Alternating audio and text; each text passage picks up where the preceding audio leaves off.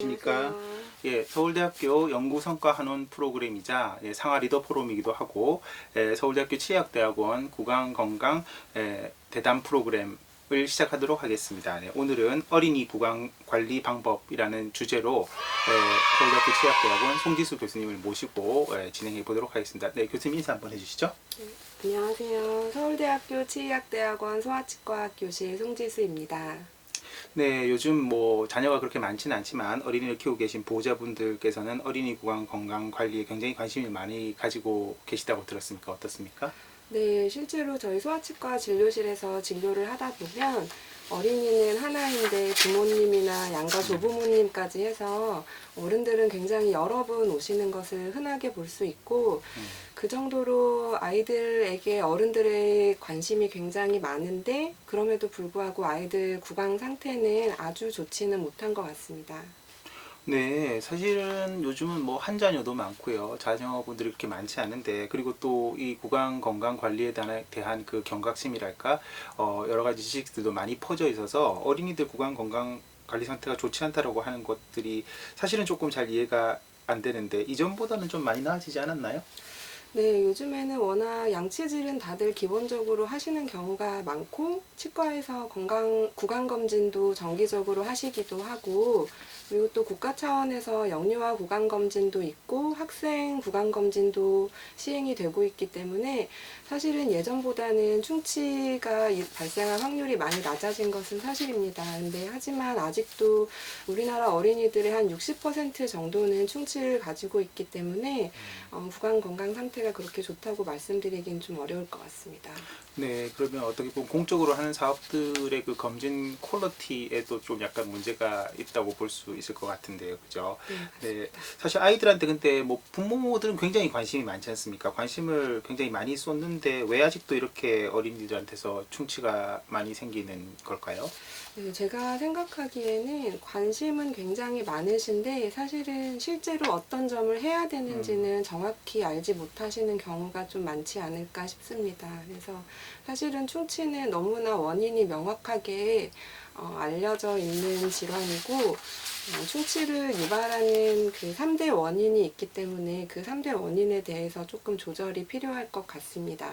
그래서 보통 3대 원인은 첫 번째는 충치 세균이고 두 번째는 식습관의 문제고 이제 세 번째는 구강위생 관리가 잘 되지 않는 것을 들 수 있는데요.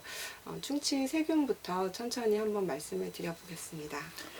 네, 흔히 이제 그 일반인들이 잘 모르고 계시는 부분일 수도 있는데 치의학대학원, 뭐 치과대에서 주로 가르치는 것은 이제 그 충치가 이제 전염성 질환이라는 거. 라는 이제 잘 그런 것을 많이 가르칩니다. 충치 세균이 이제 사실은 전염이 되는 건데요. 충치 세균이 전염되지 않도록 하기 위해서는 그럼 우리는 어떤 방법을 취할 수가 있나요? 네, 보통 충치 세균은 부모님이나 가족들로부터 아기한테 옮겨지는 경우가 가장 많다고 보여지고요. 갓 태어난 아기는 입안에 충치 세균이 전혀 없지만 이렇게 부모님이나 가족분들로부터 옮겨지는 충치 세균에 의해서 입안에 충치 세균이 많아지게 되는 것으로 알려져 있습니다. 그래서 보통 충치 세균이 전염이 되는 것은 아이들한테 입맞춤을 하시거나 아니면 식기를 공유를 하시거나 아니면 먹던 음식을 아이한테 주시거나 하는 식으로 해서 옮겨지게 되고요. 이런 전염을 방지하기 위해서는 아기가 태어나기 전부터 양치질 관리를 보호자분도 직접 하시고 혹시 치료되지 않는 충치가 있다면 치료를 미리 하시는 것이 좋습니다. 네. 뭐 어떻게 보면 결국 전염성 질환이라고 하는 것은 가장 가까운 소스에서부터 이렇게 옮기기가 쉬운 건데 그게 바로 이제 가족인 것 같고요, 그죠? 그래서 어떻게 보면 그 부모님들, 그 자녀의 부모님들부터 이렇게 구강 건강 관리가 잘 돼야 되는 건데 항상 어려운 게 그 실천이라는 부분인 것 같습니다. 모두 네, 알고는 맞습니다. 있지만 네. 사실 하기는 좀 어려운 거죠. 네, 조금 전에 또 그 식습관 문제에 대해서도 한번 말씀해 주셨는데 식습관 문제는 또 어떤 면이 있을까요? 네. 네, 사실 영유아기의 식습관 문제는 수유의 문제를 가장 크게 들 수 있습니다. 모유든 분유든 그 수유하는 시간이 너무 길어지거나 너무 횟수로 수유를 하는 경우, 그리고 아이가 수유를 하면서 잠이 드는 경우, 그리고 밤에 깨서 울 때마다 수유를 하는 경우에는 모유나 분유가 치아 표면에 접촉하고 있는 시간이 증가하기 때문에 충치를 유발할 수 있습니다.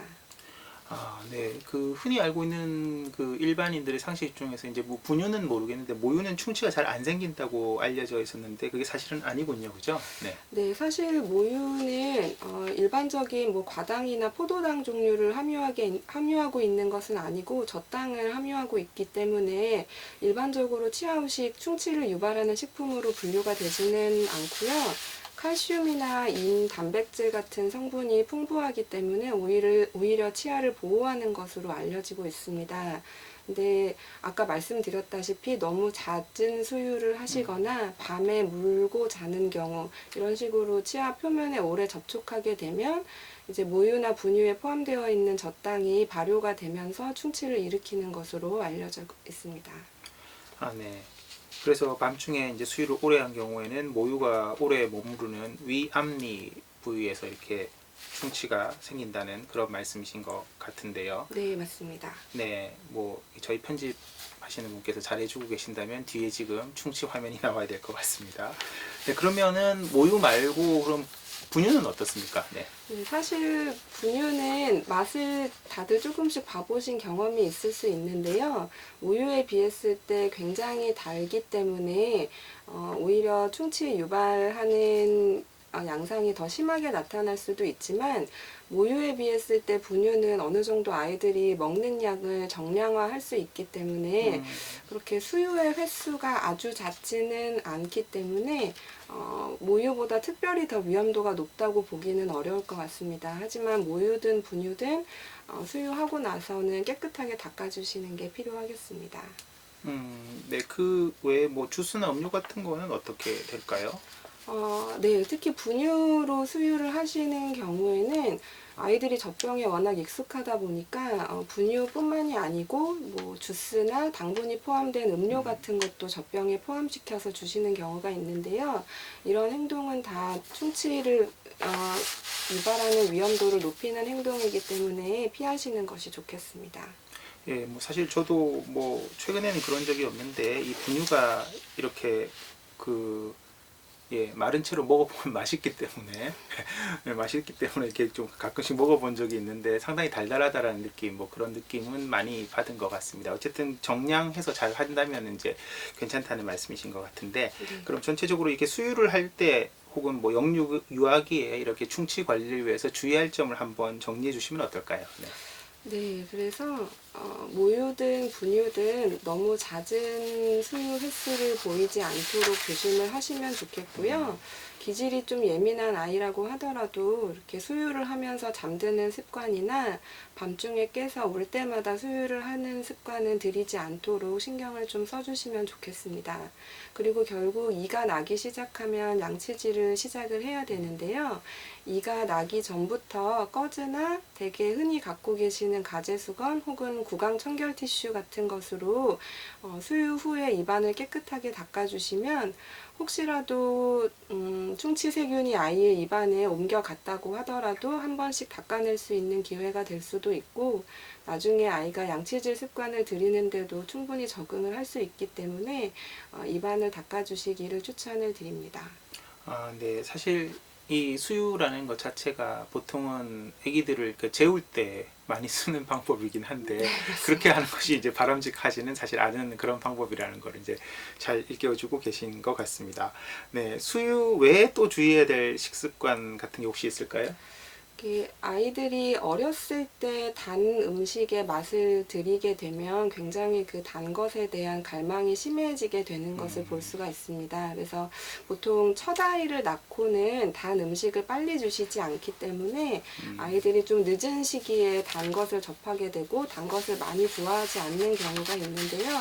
이제 둘째 아이나 셋째 아이부터는 이미 첫째 아이가 먹고 있기 때문에 좀 빠른 시기에 단 음식을 섭취하게 돼서 단 것에 대한 갈망이 좀 커지기도 하고 그래서 충치 위험도가 좀 높아지는 경우가 있습니다. 그래서 가급적이면 단 음식은 너무 이른 시기에 접하지 않도록 해주시면 좋겠는데요. 어린이집이나 유치원을 다니는 친구들은 그렇게 원해서 많이 접해서 오는 경우가 많기 때문에 댁에서는 섭취를 좀 조심해 주시면 좋을 것 같습니다. 아, 네, 좋은 정보 감사합니다. 보통 이제 둘째부터는 신경을 조금 덜 쓸 수밖에 없는 그런 입장이 돼서 더 힘든 상황에 처하는 것 같습니다. 그죠? 네. 그 외에 아까 뭐 말씀하셨던 것 중에 잠깐 다시 캐치를 리마인드를 해보면 그 음식을 오래 먹는 것이 별로 좋지 않은 듯한 그런 말씀을 해주셨던 것 같아요. 뭐 이렇게 오래 수유할 때 이렇게 물고 잔다든가 그런 거. 네. 그 일반적인 음식을 오래 먹고 오래 먹는 것도 별로 좋지 않나요? 어떤가요? 네, 맞습니다. 그래서 요즘 좀 기질이 예민한 아이들 경우에는 보통 입이 짧다고 표현을 하고 음식을 잘 안 먹으려고 해서 어른들이 억지로 음식을 입안에 넣으면 입에 물고 있다가 삼키지는 않고 어른들은 쫓아다니면서 음식을 먹이시고 하는 경우들이 좀 있는데요. 이런 경우에도 모두 음식들이 치아 표면에 오래 접촉하고 있게 되기 때문에 치아의 전체 표면에 걸쳐서 특히 잇몸 주변이 더욱 심하게 충치가 진행되는 경우가 많습니다. 이럴 때는 간단히 떼우는 치료로 치료하기는 조금 어렵고 전체적으로 씌우는 치료가 필요하기 때문에 아이도 여러 가지로 힘들 수가 있습니다. 그래서 이런 식습관은 피해 주시는 것을 추천드립니다. 예, 그러면 이렇게 뭐 어쨌든 예, 저도 기억나는 게 저희 첫째 키울 때 이렇게 제가 계속 쫓아다니고 애는 도망다니고 뭐 그랬던 기억이 새록새록 납니다만 어쨌든 먹긴 먹어야 되니까 먹고 나서 먹긴 먹는데 먹고 나서 이렇게 충치를 예방하는 어떤 구강 위생 관리 방법이 더 중요한 부분도 있을 것 같습니다. 거기에 대해서 한번 얘기해 주시죠. 네. 네, 사실은 아주 이상적으로는 음식을 먹자마자 그때그때 치아를 닦아주시는 것이 가장 좋겠지만 현실적이지는 않다고 생각이 들고요. 최소한 어른이 직접 아이의 치아를 하루에 2번씩 닦아주시는 것을 추천을 드립니다. 특히 음식을 섭취하고 나서 바로 잠자리에 들지 않도록 자기 전에는 꼭 양치질을 해주시기를 추천을 드리고요. 보통 시판되고 있는 연령별 칫솔들은 제가 보기에는 좀 너무 큰 것들이 많아서 가급적이면 좀 크기가 작은 칫솔, 유치 2개 정도의 크기가 되는 칫솔모를 선택하셔서 어른이 직접 구석구석 닦아주시면 좋겠습니다. 네, 좋은 말씀 감사합니다. 네, 사실 그 칫솔 고르는 것은 이게 어린이 구강 건강관리법뿐만 아니라 어른에서도 많이 나오는 얘기인데 사실 좀 작은 칫솔을 고르는 게 원칙적으로는 좋은데 예, 보통 생각보다 그렇게 작은 칫솔이 또 흔하지 않은 그런 경우도 많고요. 예, 뭐 좀 심한 경우에는 거의 빛처럼 생긴 칫솔 같은 걸 쓰시는 분들도 계신데 예, 그런 거는 상당히 안 좋은 습관이라는 거는 이제 어른들도 마찬가지라는 거 이제 말씀을 드리고 또 저희 보호자분들께서 막 굉장히 궁금해하시는 것들 중에 하나가 이제 아이들한테 특별히 추천할 만한 치약이 있을까? 어떤 치약을 쓰면 좋을까요? 뭐 요즘 어린이 치약 같은 것들이 많긴 한데 예, 그 부분에 대해서도 한번 예, 조언해 주시면 좋겠습니다. 네. 네, 보통 그 칫솔 회사를 궁금해 하시는 경우들도 있는데요. 사실 저는 뭐 회사 종류는 중요하지 않다고 생각하고 치약이 불소를 포함하고 있는지 아닌지가 더 중요하다고 생각이 듭니다. 그래서 보통 3살 이전의 아이들은 거품을 잘 뱉어내지 못하기 때문에 불소가 포함된 치약이 반드시 필요하지는 않다고 생각이 들고요. 하지만 3살 이전의 어린이라도 이미 충치가 생기고 있거나 충치 위험도가 높다면 불소가 포함되어 있는 치약을 사용을 하시기를 추천을 드립니다. 하지만 너무 과량을 삼키지 않도록 하기 위해서는 2살 미만의 아이들은 쌀알 하나 정도의 크기를 사용하시면 되겠고요. 2살에서 5살 정도 되는 아이들은 완두콩 정도의 크기만 사용을 하시면 충분할 것 같습니다. 네. 어린 아이들한테 치약을 짤 때는 이제 쌀알 하나 정도로 짜려면 굉장히 잘 짜야 될 것 같다라는 느낌이 드는데요. 네. 아마도 이제 뭐 거기 크기에 맞는 튜브가 사실은 개발되는 게 더 맞지 않나 하는 그런 생각도 치약 튜브가 개발되면 좋겠다는 생각도 드는데요. 치약 중에 사실 이제 어른들한테는 뭐 불소 치약 같은 것들 그렇게 많이 이야기가 되는데 어린이한테 이제 쓰는 그 무불소 치약은 어떻습니까? 네. 사실 무불소나 저불소 치약이 이렇게 널리 시판되고 있는 것은 거의 우리나라밖에 없다고 저는 생각이 들고요. 무불소 치약은 사실 충치 예방 효과는 전혀 없지만 아이들 기호에 맞춰서 약간 단맛이 나게 만들어져 있어서 아이가 양치질을 너무 싫어하고 거부한다면 그 맛으로 아이들이 좀 양치질에 친숙해지게 하는 방법이 되지 않을까 하는 생각을 하지만 사실은 크게 의미 없이 인공적인 물질을 아이가 삼키게 되는 경우가 많기 때문에 저는 그렇게 추천하진 않습니다.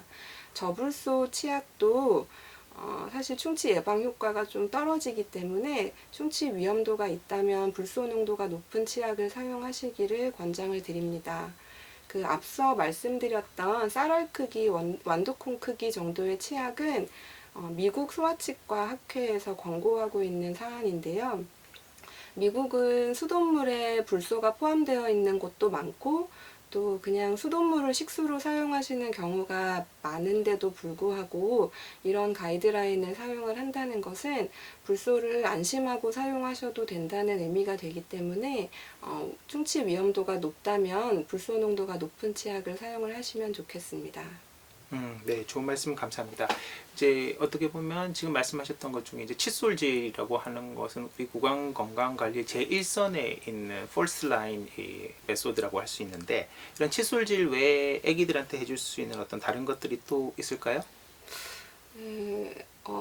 저희 소아치과 교과서를 보면 유치는 이 사이가 듬성듬성 벌어져 있는 것으로 되어 있는데 요즘은 아이들이 워낙 얼굴과 턱이 작아지는 추세이기 때문에 그렇게 이 사이가 벌어져 있는 경우는 흔하지 않고 이 사이가 겹쳐 있는 경우가 많습니다. 그래서 그런 경우에는 통상적인 양치질만으로는 이를 깨끗하게 닦을 수 없기 때문에 반드시 매일매일 치실을 사용을 해주시기를 추천을 드립니다. 그래서 양치질과 치실이 매일 된다면 입안에 충치세균이 있다고 해도 그 활성을 많이 낮출 수 있기 때문에 새로운 충치가 발생하는 것을 많이 막을 수 있습니다. 네. 점점 어려운 주문을 해주고 계신데요. 네, 사실 실행이라는 것이 굉장히 어렵습니다. 치실의 좋은 점은 최근 들어서 이제 성인의 구강 건강 관리에서도 굉장히 추천이 많이 되고 있는 부분이거든요. 다만 이제 이걸 하기 위해서는 좀 숙련되려는 시간도 필요하고요. 의지와 노력이 필요한 것 같습니다. 아기들 같은 경우에도 방금도 좀 굉장히 중요한 말씀 해주셨는데 요즘 이제 새로 태어난 아기들 얼굴도 작고 그래서 턱도 작고 해서 예전에는 보통 이제 이렇게 치아 사이에 공극 뭐 이렇게 어려운 표현도 써서 이렇게 그게 많았었는데 지금은 이제 촘촘히 붙어 있는 경우가 많고 그런 경우에 이제 치간 사이에는 꼭 치실을 써주시면 좋겠다는 그런 말씀이신 것 같습니다. 자, 오늘 여러 가지 얘기를 많이 해주셨는데요. 정리를 하자면 기본적으로 치아 우식증이라고 하는 것은 세균에 의한 감염, 전염성 질환이다. 그렇기 때문에 충치 세균이 전염되지 않도록 주의를 해야 되고 두 번째 밤중에 수유를 오래 하거나 밥을 오래 먹는 식습관이 생기지 않도록 주의하고 마지막으로 칫솔, 불소 치약, 치실 등 아이들의 치아를 깨끗이 닦아주시는 여러 가지 방법을 이용해서 최선을 다해서 구강 건강 관리를 해달라는 것이 저희 송지수 교수님의 말씀이었던 것 같은데 제가 제대로 정리를 했는지요? 네, 잘 정리해 주셨습니다. 그래서 마지막으로 한 가지 더 드리고 싶은 말씀이 있는데요.